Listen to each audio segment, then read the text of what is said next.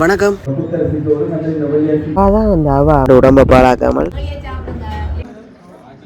இலவச ஆயுர்வேத மருந்த கரைச்சி பிரேசவ தர்மபுரம் திறந்து வைக்கப்பட்டது.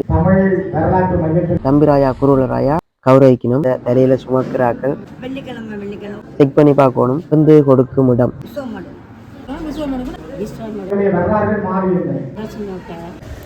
வணக்கம், நான் உங்கள் வேலன். இப்போ எங்கே நிற்கிறேன்டா ஆயுர்வேத மருந்தகம் இலவச ஆயுர்வேத மருந்த கரைச்சி பிரேசவ தர்மபுரம் என்ற இடத்துல நிற்கிறோம். புதுசாக திறந்திருக்கணும்.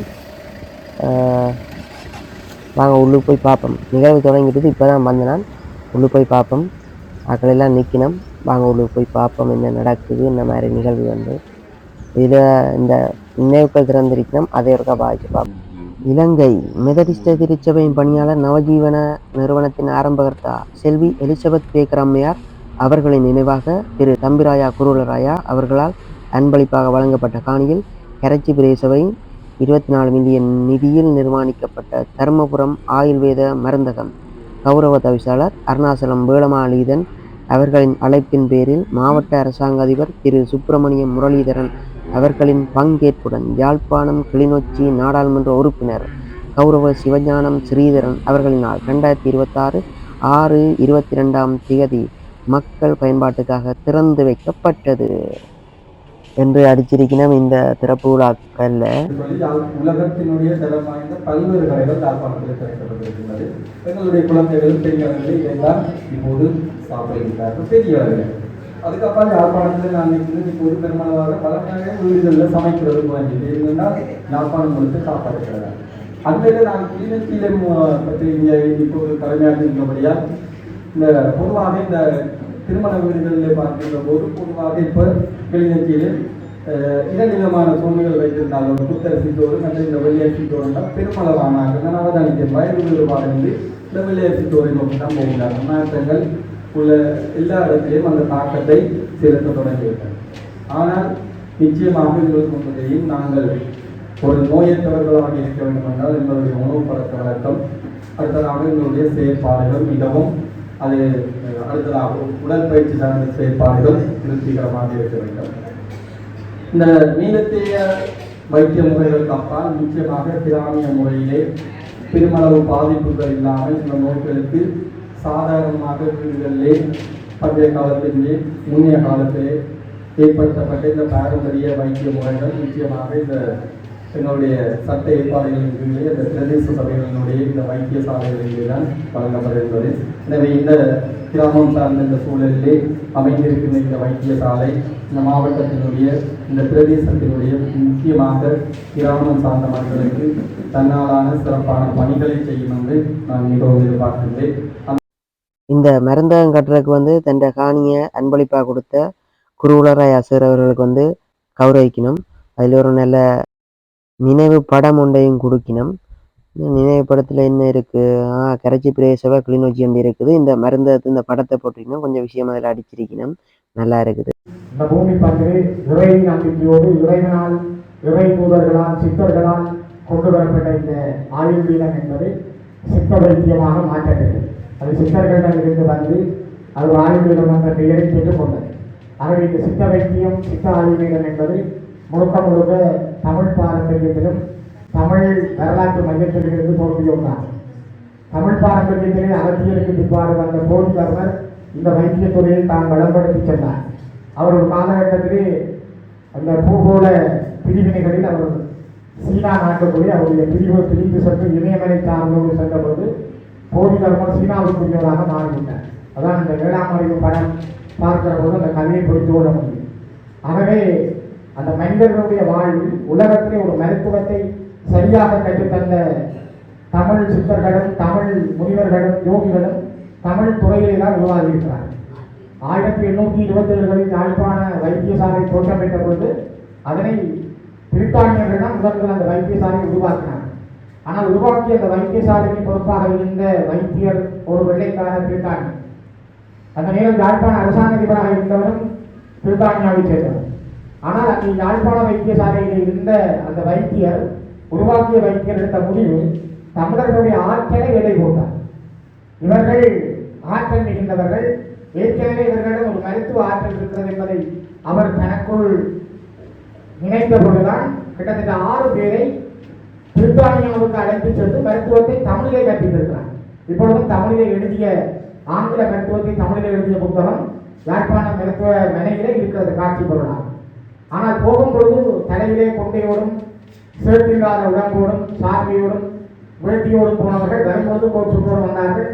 அது கால மாற்றத்துக்கு ஏற்ற வகையில் அவர் 4 பேரும் கடந்து வரும்போது மாற்றங்கள் வந்தது. இவ்வாறு தான் எங்களுடைய வரலாறுகள் மாறியிருந்தன. கடையை திறந்தால் சாமானை வாங்கலாம். ஆஸ்பத்திரியை திறந்திருக்கும் நேரை செக் பண்ணி பார்க்கணும்.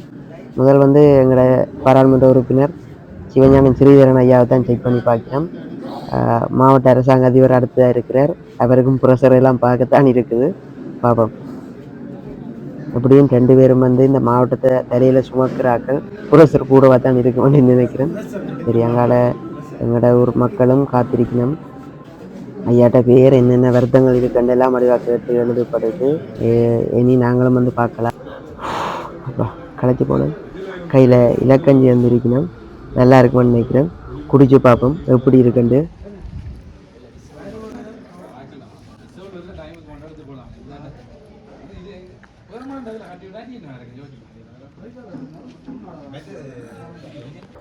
கஞ்சி தரமாத்தான் இருக்குது. சரி, கஞ்சி குடிச்சு முடிஞ்சு உள்ளுக்கு என்ன இருக்குன்னு நீ பார்ப்போம்.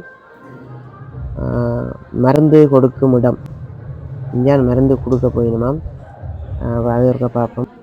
உங்களுக்கு மருந்துகள் எழுதி என்னென்ன மாதிரி நோய் என்று கண்டு கேட்கணும். கேட்டு எழுதப்படும். அறிவாக அறுதலாக விசாரிக்க பிரச்சனை இல்லை.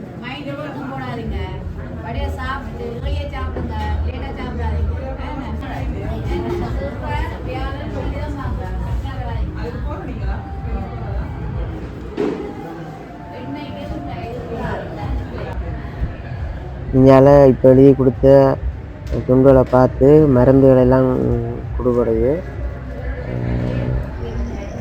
இன்னும் குளிர்ச்சிகள் எல்லாம் இங்கே இருக்காதான கூடுதலாக தூள்கள் எல்லாம் இருக்குன்னு நினைக்கிறேன். நல்ல எண்ணெய்கள் இருக்க போல இருக்குது. எல்லாம் போத்துகளில் விட்டு அடைக்கி இருக்குது. அளவு ஊற்றி இருக்குது.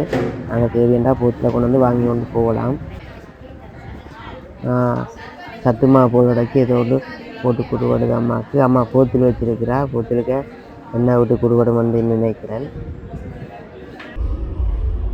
இவா தான் அவா முன்னுக்கு பேர் போட்டிருந்த அந்த கல்ல செல்வி எலிசபெத் பேக்கர் MBE 1902 2ஆம் மாதம் 22ஆம் தேதி 1987 7ஆம் மாதம் 1ஆம் தேதி.